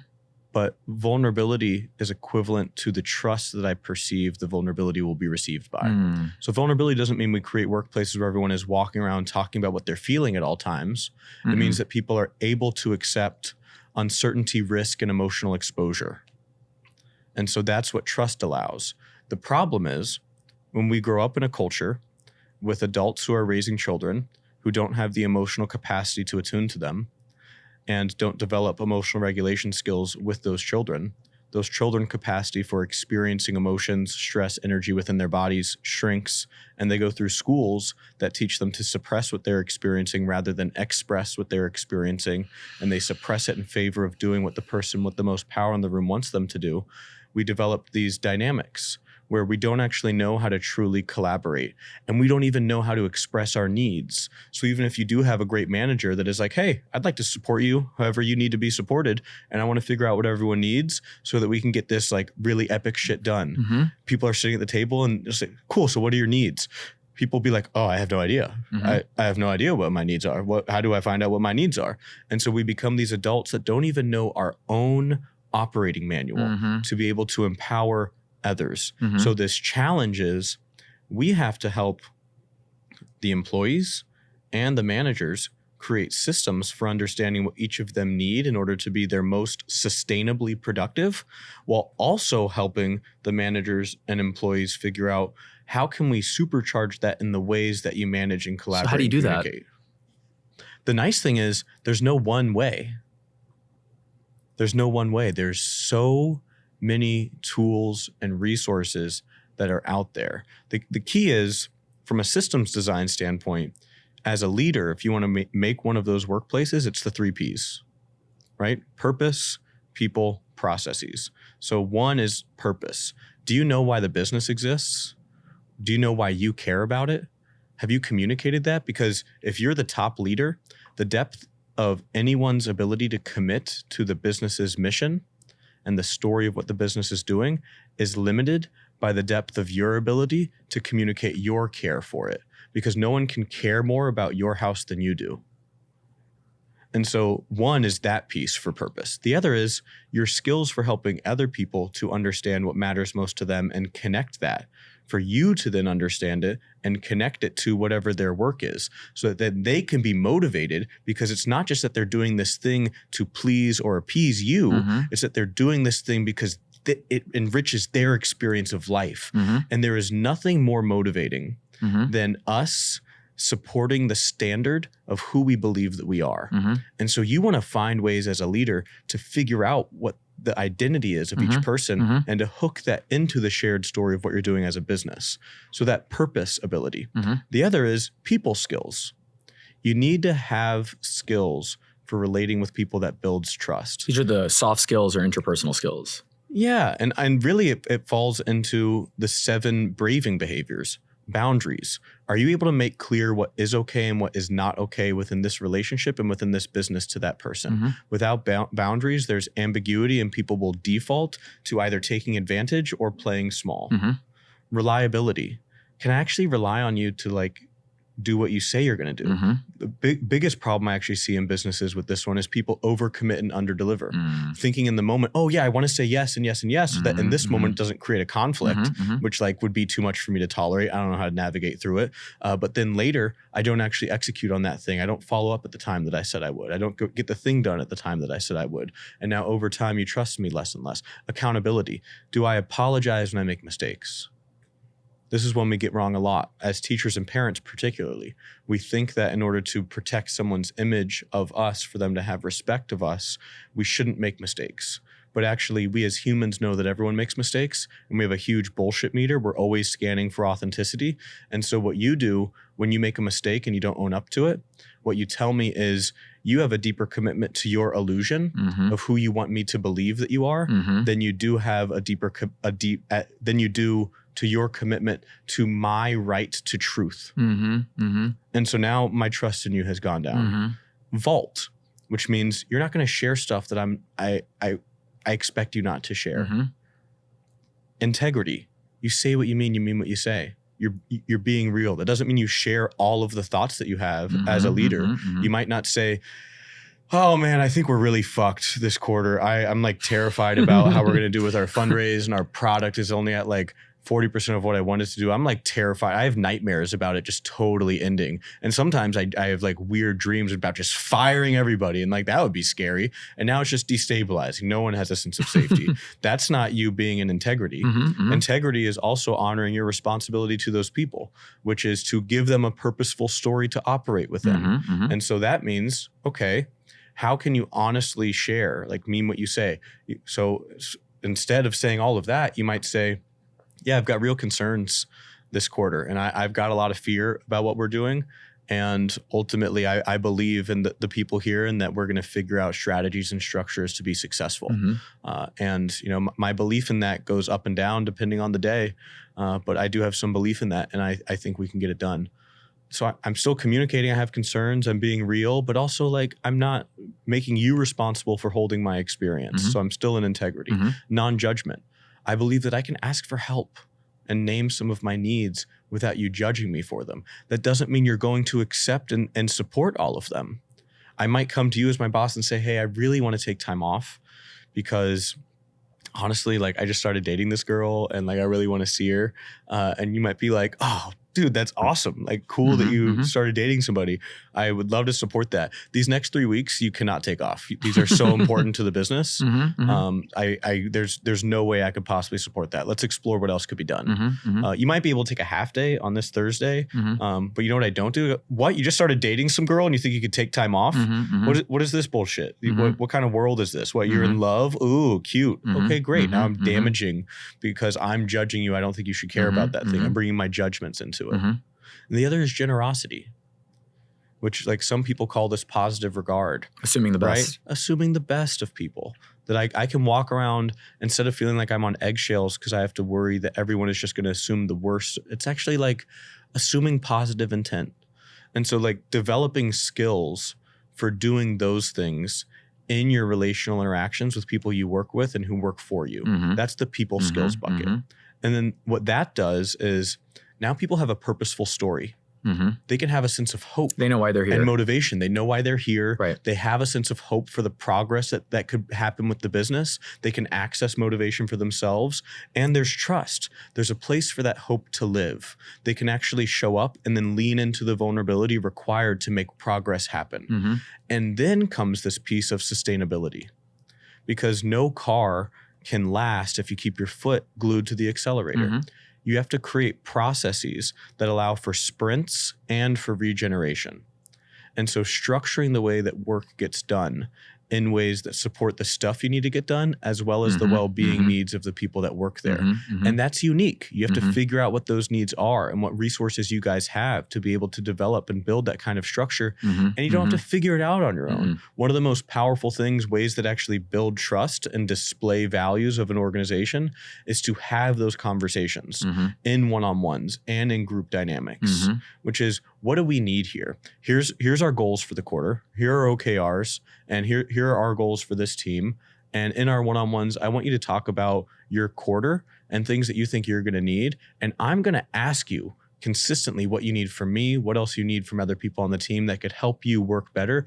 And my expectation is that you're going to be honest with me. And I've done my work to make sure that I'm showing up and building trust with you. That's not something I suggest you say to them. I suggest you actually you say that for yourself, that you're actually committed to that. So then they can be honest with you about what you need so that you can build those processes. Otherwise, you're going to burn people out. Right. And they're going to start quiet quitting. There's going to be this mass resignation, or they're going to just not be able to give you their all. You're going to burn through people, and it's going to undermine your efficiency. So it's really simple, but it's hard. It's those three pieces are what create an empowering culture, and that's what an empowering leader enacts. So you have purpose in terms of where you're going. The people are set up to work well. Your people are set up well to work together and to communicate in ways that promote honesty, creativity, vulnerability. And then you set up the processes that enact that in a way that doesn't necessarily require you to have to exhaust all of your attention to ensure that those things happen. Yeah, and not because you want to create a fluffy eggshell walky place. It's because you actually want to have the most dominating sort of workforce you possibly could. You want to have the highest performing workplace you possibly could. And so that means you need to be just as strategic about exerting massive, ridiculous productivity as you do regeneration. You need to be strategic about your rest and recovery just as much as you are about exerting high performance. What have you seen in terms of how our work can actually improve our relationships outside of work? In our modern world, loneliness has been skyrocketing through the last 2 decades. There is one predictor that is the greatest predictor of health, happiness, and health span. So the amount of years that you are healthy throughout your life. And it's not how often you drink, how often you smoke, how often you exercise, or what foods you eat. It's the quality of your relationships. And that's not a spiritual woo-woo thing. That is the longest standing study ever done, studying 4 generations of people, started by this group at Harvard decades ago. That's what they found, and that study is ongoing. Several books written by all of the directors that have come across, that is instantiated. It is just as established as anything scientifically is. And so what that means is our greatest need is to access belonging. And we have the least amount of people, the least percentage of people accessing that on the planet than we ever have. And so when I don't access that belonging and I have that loneliness, my capacity for experiencing stress shrinks. So guess what? The potential hours you have of getting high quality work out of me gets smaller.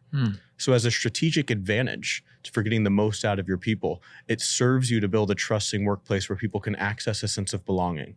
And it serves their well-being. It's good for the business and it's good for the person. That doesn't mean it needs to be the place where they feel the most safe and they get the greatest amount of connection, but having some sense of belonging allows their capacity for navigating through their reality to be a little brighter, allows them to not be overwhelmed with loneliness.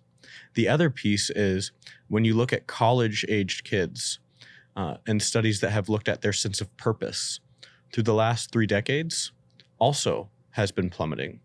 So you have these people that are going around, most of our everyday workers are desperately lonely and lacking any sense of purpose. Work is about transferring, creating, and transforming value from one group of people to another. There is always a purpose there. You are creating some sort of contribution to other people. And so there is an opportunity to deliver everyone that works for you some sense of belonging and purpose based on how you design the workplace. And so we have this opportunity to give people the 2 things they are most desperately yearning for right now, which is belonging and purpose, which enables you to have greater capacity and power within your own life so that now you can also accumulate the resources that you need so that you can get a higher paying job, so that you can have the capacity to make good decisions for how you spend your money. So you're less likely to fall into addictions. You're less likely to fall into shitty behaviors that undermine your health, where you are more able to actually be able to get to this sense of stability in your life instead of what we're seeing, which is like a diminishing of the middle class and most people having this tremendously expansive sense of desperation and hopelessness when they think about our economy. And so the greatest impact to human well-being right now is transforming our workplaces. There is no role in the world that is more important than showing up and being a highly effective and empowering manager of a group of people. I'm not saying it's the only important thing. I'm not even saying it's the most, but you can't find anything that is more important because it can be so transformative with the trickle effect of how it transforms all of human well-being and the way that humans show up in our world. We have so much power that it impacts so much of life on this planet. And so you really want to change the world, change the way that you relate with the people you work with. So what would you tell a new manager who just, they were great at their job, they just got promoted, and now they're standing there and their legs are quaking because they have no idea how to shift from being a player into a coach? Be radically honest with yourself that you're entering into a new role that your successes in other roles did not prepare you for. Didn't matter how amazing you were at being a software engineer or at selling as an account manager or as a BDR. It doesn't matter how amazing you were as an individual content creator. Managing people is a totally different skill set. And so be radically honest with yourself about that. And then define what skills you need within your role, understanding that you need those purpose, people, and process skills, and find resources that can develop those skills for you. And for you means also understanding what skills you have, what matters to you.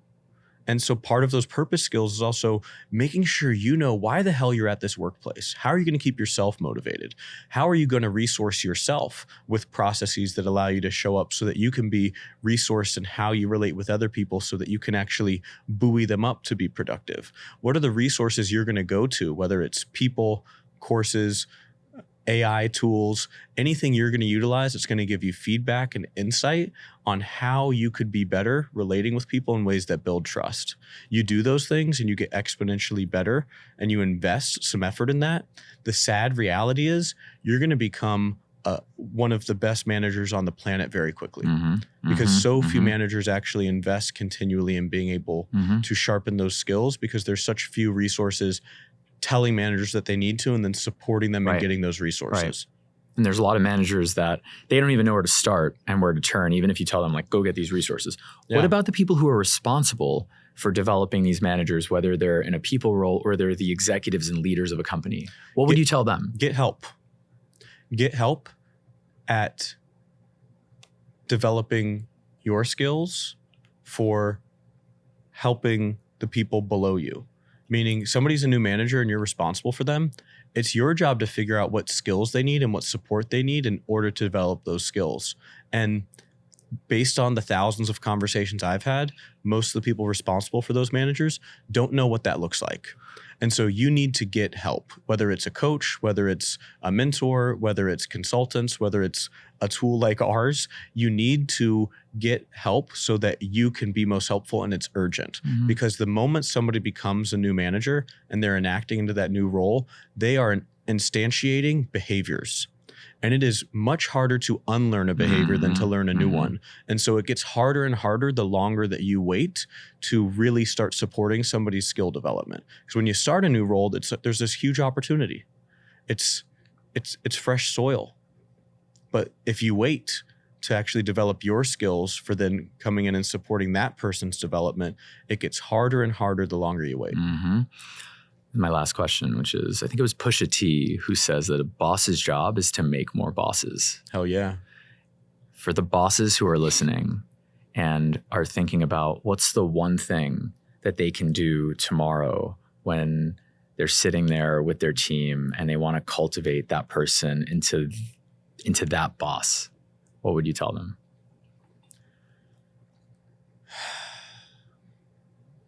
Start to commit really deeply to having conversations with people about what matters most to them.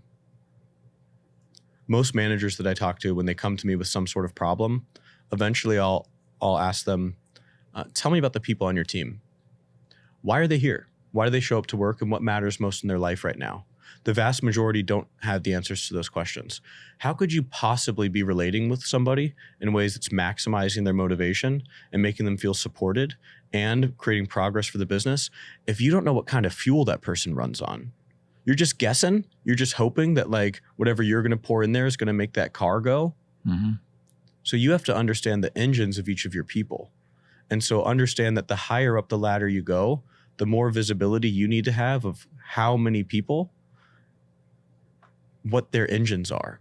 So if you're responsible for, as a leader for anybody, commit now, today, for any one-on-one conversation that you have with folks to just like pause and ask them like, hey, I don't feel like I talked to you enough about this. I'm really just curious because I think it helps me to understand, the people that I support and the people that work here, the people that work for me, like why the hell they're here. Like what would you say matters most in your life right now? And listen to it. And I call it a love practice. Listen, observe, validate, expand. A lot of managers get overwhelmed because they're like, oh my God, I'm not a therapist. I don't know how to have those conversations. You don't have to fix anything. You don't even have to do anything with the information that you get, but just give them an experience of sharing that with you and you validating it. So it's like, oh, my wife just had a baby and like, I really just like want to be making enough money for my family. And honestly, I'm here because like, I don't know. I kind of liked Jerry, the CEO. And so like, I just wanted to be here. It's like, oh, cool. So like you're here because you just had a baby and you really want to be able to support your family, like feel like you're being supportive to them and they have all the resources they need. And like, this was a good enough job to pay you what you needed. And there was something about Jerry you really respected. Cool. Is there anything else about like what you're doing here that would be helpful for me to know? And then they'll tell you. And you can ask, and what could I do? And anything. What is there anything that comes to mind for you about what I could do that helps you feel motivated at work, that helps get the best out of you? And if you do the work of creating trust with people, you'll get honest answers to that question. And then your map and blueprint for how you're supposed to be managing people isn't something you have to carry around, this ambiguity in your head. People will give it to you and then you can structure it. Okay, my last question is... Let's see how many times he says that. What are you looking forward to most when it comes to your own relationships?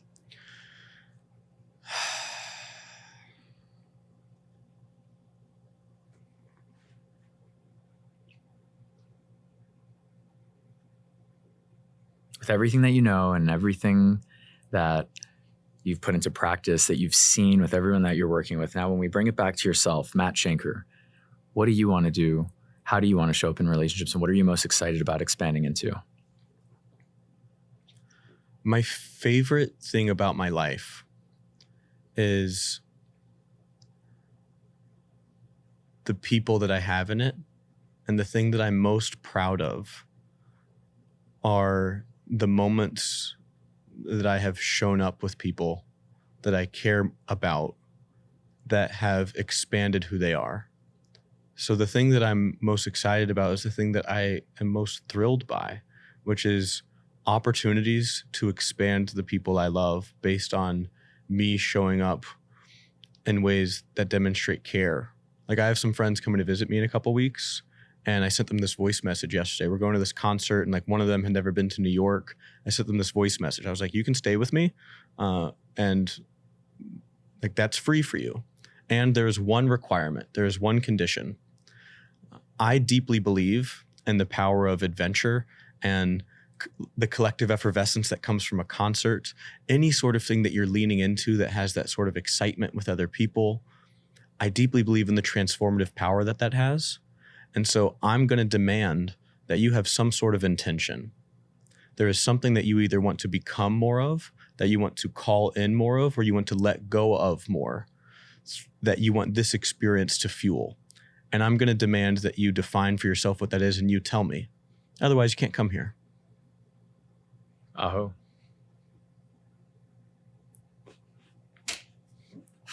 Boom. Bam. Thank you.